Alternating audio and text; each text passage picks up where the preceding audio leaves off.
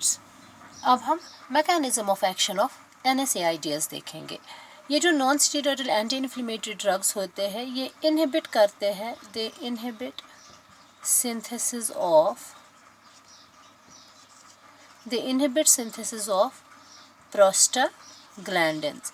Means ये हमारी body में प्रोस्टाग्लैंडिन की सिंथेसिस को रोकते हैं, प्रोस्टाग्लैंडिन को बनने नहीं देते हैं, जो कि रेस्पॉन्सिबल होते हैं फॉर इन्फ्लेमेटरी प्रोसेस और for the perception of the pain. अब हम पहले देखेंगे ये जो प्रोस्टाग्लैंडिन्स होते हैं ये हमारी बॉडी में कैसे प्रोड्यूस होते हैं। Synthesis of prostaglandins. ये जो प्रोस्टाग्लैंडिन्स होते हैं ये एराकिडोनिक एसिड से सिंथेसाइज होते हैं। एराकिडोनिक एसिड क्या होता है? It is the component of phospholipids. ये phospholipids in the cell membrane होते हैं जो कि रिलीज होते हैं in the form of arachidonic acid in presence of an enzyme phospholipase A2 or acyl hydrolysis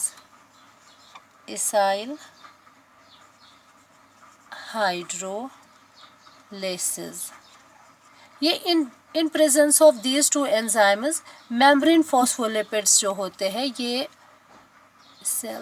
membrane phospholipids जो होते हैं ये रिलीज होते हैं in the form of arachidonic acid.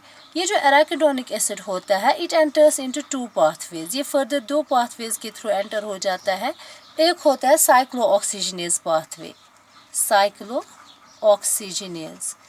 Cyclooxygenase pathway के थ्रू ये कन्वर्ट हो जाता है इनटू प्रोस्टाग्लैंडिन्स PGG2।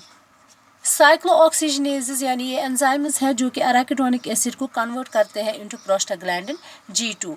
दूसरा पाथवे क्या होता है?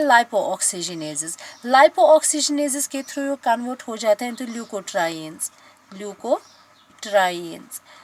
मीन्स एराकिडोनिक एसिड साइक्लोऑक्सीजनेजेस के पाथवे के थ्रू ये कन्वर्ट हो जाता है प्रोस्टाग्लैंडिन्स के फॉर्म में, और लाइपोऑक्सीजनेजेस के थ्रू ये कन्वर्ट हो जाता है इनटू ल्यूकोट्राइन्स। ये जो प्रोस्टाग्लैंडिन्स होते हैं यही हमारी बॉडी में रेस्पॉन्सिबल होते हैं फॉर द इन्फ्लेमेटरी प्रोसेस। अब हम देखेंगे पहले ये जो एराकिडोनिक एसिड होता है, arachidonic acid it gets converted into prostaglandin G2 in presence of an enzyme cyclooxygenase। prostaglandin जो होता है G2 it gets further converted into PGH2 in presence of an enzyme hydroperoxidase।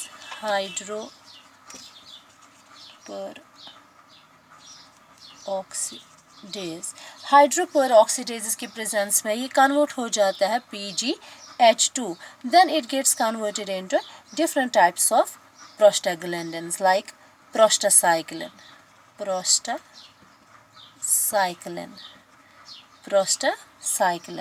दूसरा फॉर्म जो होता है इसका दैट इज PGE2।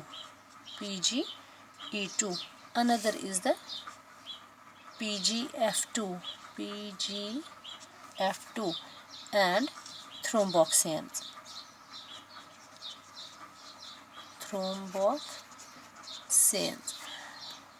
ये जो prostacyclin, PGE2, PGF2 and thromboxanes, these are responsible for the different inflammatory process। इसमें जो ये prostacyclin होता है, प्रोस्टासाइक्लिन का रोल क्या है? It inhibits the gastric acid secretion.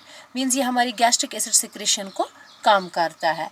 And this PGE2 जो होता है it stimulates mucus synthesis in the stomach and intestine. Means अगर हम ये म्यूकस सिंथेसिस इन स्टोमक और इंटेस्टाइन में रेस्पॉन्सिबल होता है, ये उसकी सिक्रीशन बढ़ाता है और यहाँ से प्रोस्टासाइक्लिन गैस्ट्रिक एसिड सिक्रीशन कम कराता है।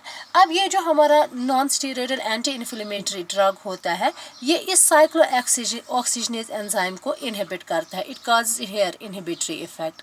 NSAIDs causes inhibition of the cyclooxygenase enzyme. ये इस एंजाइम को इनहिबिट करता है जिसकी वजह से प्रोस्टाग्लैंडिन की सिंथेसिस रुक जाती है, प्रोस्टाग्लैंडिन बनता नहीं है। अब एक ये जो NSAIDs होते हैं, इनके साथ एसोसिएटेड इफेक्ट क्या होता है, ये हमारे गैस्ट्रिक इरिटेशन को बढ़ाते हैं। ये जो NSAIDs होते हैं, फॉर एग्जांपल हमारे पास एस्पिरिन है, it causes irritation of the stomach because it inhibits also this prostaglandin which is responsible for the inhibition of the gastric secretion. यहाँ से ये इस वाले प्रोस्टाग्लैंडिन को भी इनहिबिट करता है which is responsible for the mucus synthesis in stomach and intestine. That's why NSAIDs are associated with the gastric adverse effects like gastritis इनसे होता है या स्टोमक पेन रहता है इनसे। It is because of this. अब देखेंगे कि ये जो this was about the mechanism of action of NSAIDs by causing inhibition of the cyclooxygenase enzyme. Now coming to the pharmacological effects of pharmacological effects of NSAIDs. Pharmacological effects of NSAIDs. Number first, ये जो NSAIDs होता है, NSAIDs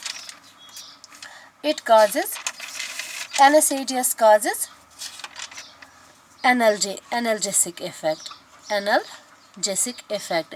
ये analgesic effect कैसे produce करता है? It inhibits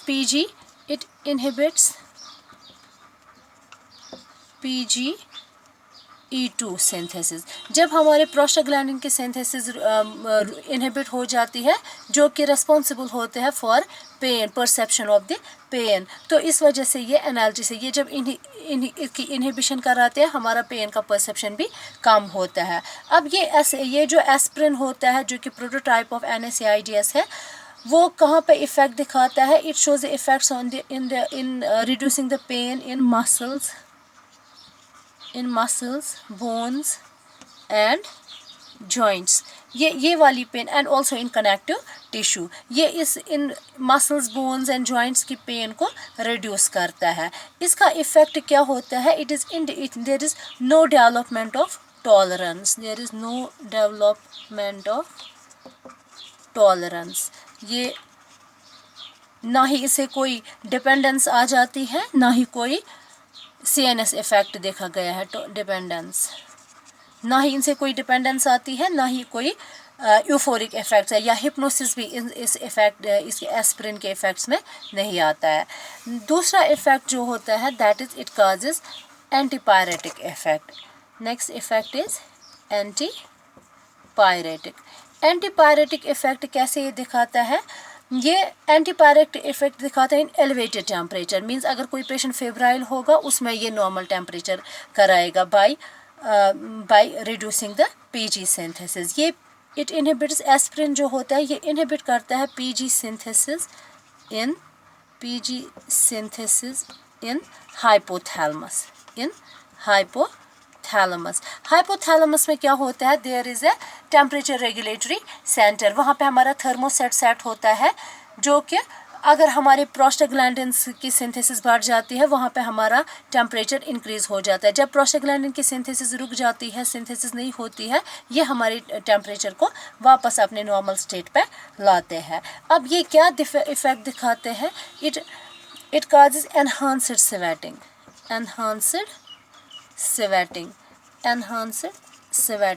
इससे enhanced sweating हो जाती है और क्यूटेनियस वैसोडाइलेशन होते हैं, जो कि प्रमोट करती है हीट लॉस को। नेक्स्ट इफेक्ट जो इसका देखा गया है, दैट इज एंटी इन्फ्लेमेटरी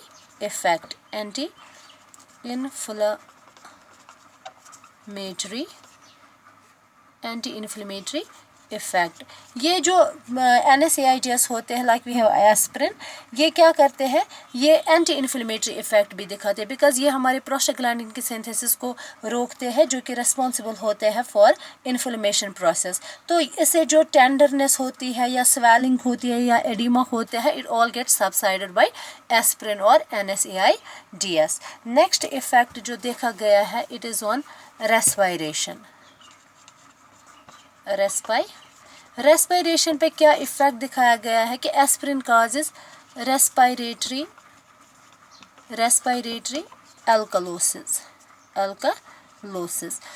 इसे रेस्पिरेशन में क्या इफेक्ट दिखा गया है एस्पिरिन से, it causes respiratory alkalosis. Respiratory alkalosis क्या होता है, there is an decrease in the plasma carbon dioxide concentration, there is decrease in plasma carbon dioxide concentration, हमारे plasma carbon dioxide concentration decreased रहती है। क्यों रहती है डिक्रीज्ड, बिकॉज ये जब हम एस्पिरिन इन नॉर्मल डोजेस लेते हैं at 4 to 6 grams per day, ये हमारे ऑक्सीजन कंजप्शन बढ़ाते हैं इन स्केलेटल मसल्स। जब ऑक्सीजन की कंजप्शन बढ़ जाती है, there means increased carbon dioxide production. Carbon dioxide production जब कार्बन डाइऑक्साइड प्रोडक्शन बढ़ जाती है हमारे सेल्स में, उसे क्या होता है, रेस्पिरेटरी सेंटर स्टिमुलेट होता है, it stimulates respiratory centre stimulate हो जाता है, जिसकी वजह से क्या होता है, there is an increase in the rate and depth of respiration. Rate and depth of respiration बढ़ जाती है,